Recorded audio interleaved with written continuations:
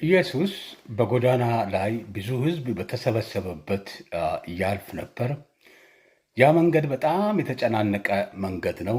መንገዱ ከመጨናነቁም የተነሳ ብዙ ሕዝብ እዛ ቦታ ላይ አለ።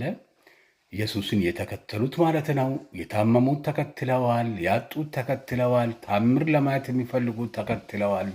እንደ ዘኬዎስ ኢየሱስን ለማየትም የፈለጉ ሰዎች ተከትለዋል። በዛ መንገድ ላይ እንግዲህ ገጣሚው የጉዳዩ ባለቤት የሆነ ዘኬዎስ የሚባል ቀራጭ ነበር። የሚቀርጥ ከብዙ ሰዎች ገንዘብ ተጨማሪ የሚያስከፍል ታክስ የሚሰበስብ ሀብታም የሆነ ሰው ነበር። ይሄ ዘኬዎስ ይህን ግርግር አይቶ ኢየሱስ የተባለውን ሰው አያለው ብሎ ሾላ ዛፍ ላይ ወጣ። ዘኬዎስ እዛ ላይ የወጣው በሁለት ምክንያት ነው። አንደኛ ቁመቱ ስለማይችል ዝቅ ብሎ ካሉ ሰዎች የመጨረሻ ቁመቱ አጭር የሆነ ሰው ዘኬዎስ ስለነበረ ኢየሱስን ለማየት ብቸኛው አማራጭ ሾላ ላይ ዛፍ ላይ መውጣት ነበረ። እዛ ዛፍ ላይ ወጥቶ ኢየሱስን ተመለከተ። ኢየሱስን ሲመለከት አንዲት የተፈጠረ ሁለተኛ ተአምር ነገር የኢየሱስ አይኖች እና የዘኬዎስ አይኖች ተገጣጠሙ። የዘኬዎስ እንቆቅልሽና የኢየሱስ ክርስቶስ እንቆቅልሽ ፈቺን የሆነው ጌታ ሁለቱም ተገጣጠሙ። በዛ ዘኬዎስ ሆይ ውረድ አለ ኢየሱስ።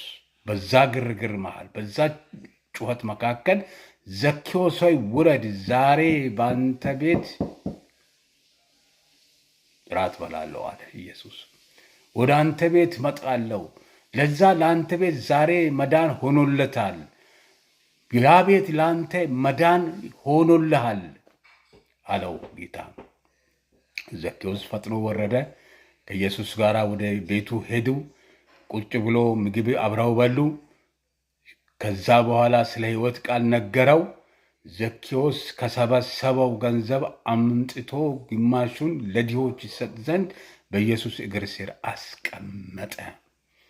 ያ ቤት በኢየሱስ ክርስቶስ ተጎበኘ። ሕይወቱ ተቀየረ። የዘኬዎስ ታሪክ ተደመደመ። ኢየሱስ የተባለ ሰው ማን እንደሆን በትክክልም አወቀ። በዚያ አምላክ ታመነ።